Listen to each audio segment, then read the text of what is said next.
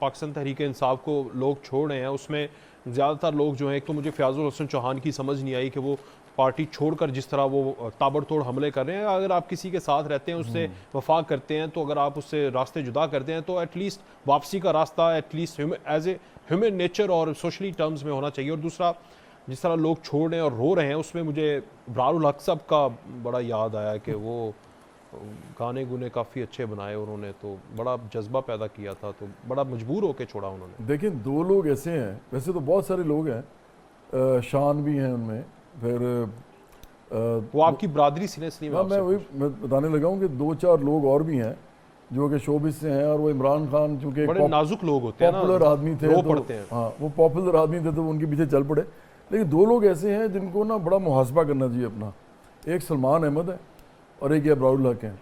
असल में ना अबरार की तो सियासत ये है ना कि आपने कॉन्स्टिट्यूंसी पॉलिटिक्स की, आप गए इलेक्शन लड़ने की कोशिश की, हार गए, तो फिर आप वापस आ गए। उसके बाद आपने 5 साल सियासत ही नहीं की, आप शोज करते रहे, कॉन्सर्ट्स करते रहे। यही होती है कॉन्स्टिट्यूंसी पॉलिटिक्स। इसमें आप करोड़ों रुपया लगाते हैं, अगर आपको करोड़ों रुपये से आपको सीट मिल जाए तो ठीक है, नहीं मिलती तो ना सही।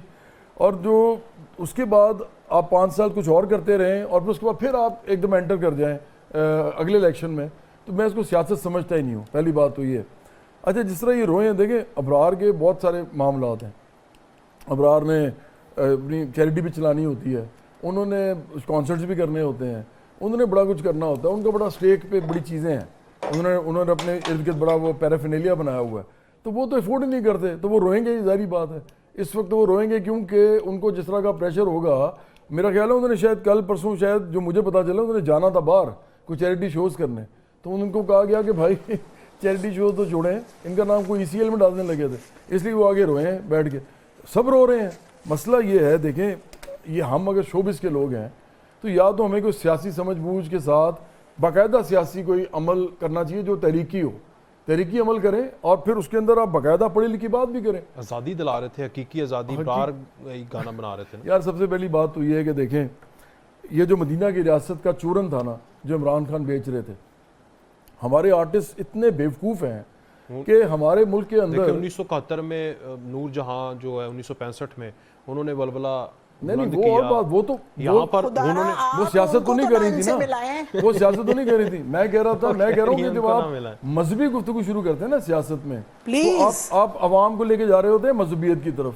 अच्छा, जब आप म्यूजिक और आर्ट और इन सब की बात है, ये है प्रोग्रेसिव आर्ट फॉर्म्स, आप ये दूसरी तरफ जाती हैं। अभी भी आप किसी आम गांव में जाएंगे ना, देहातों में, और आप उनसे जाके बात करेंगे तो आपको पता चल जाएगा कि मैं क्या कह रहा हूँ, कि वो किस तरह देखते हैं इन चीज़ों को। हमारे आर्टिस्ट जो है एक ऐसे आदमी को सपोर्ट कर रहे थे जो मदीना की रियासत, और उनके अपने जो किरदार हैं सबके। मैं आम आदमी को कुछ नहीं कहता, आम आदमी जो मर्जी करे ना लाइफ में, खुदा अगर उसका मामला है। लेकिन जब कोई आदमी मुनाफकत करता है, मजहबी मुनाफकत सियासत में आके, चाहे वो अबरारुल हक से लेके इमरान खान हो या सलमान अहमद हो, कोई भी हो। अब आप एक तरफ रियासत मदीना की बात कर रहे हैं जो पहले जमात इस्लामी करती थी, जो उससे पहले जमीयतुल इस्लाम करती थी, और उनके धरनों में लड़कियां जो थी वो डांस नहीं करती थी।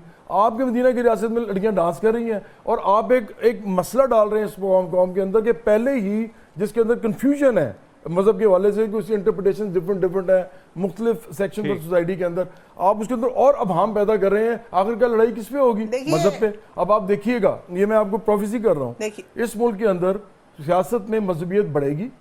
वो तमाम जमातें जो मजहब के ऊपर सियासत करती हैं, इमरान खान के शोशा छोड़ने की वजह से ही वो मजबूत होंगी। और इस मुल्क के अंदर जो असल इश्यूज हैं लोगों के, देखें ना जी, मैं भी मुसलमान हूँ, मैं भी पाकिस्तानी हूँ, मेरे भी बहुत सारे जो है मामलात हैं, ठीक है, इनके भी समझ आ गई आपकी। हाँ, हमें मजहब के नहीं, हमें लोगों के इश्यू से बात करनी, रोटी कपड़ा मकान, इज्जत रोजगार, तालीम से इलाज, इस पे करनी है हमने बात। वो उधर से डेविएट करके उससे ले जाते हैं। यानी आप कह रहे हैं आर्टिस्ट का बनता ही नहीं है कि मदीना की रियासत के लिए वो चीखे मारे और वो बातें करे। पहले ही सोसाइटी जो है बड़ी जामिद है, आप उसको और जामिद ना करें।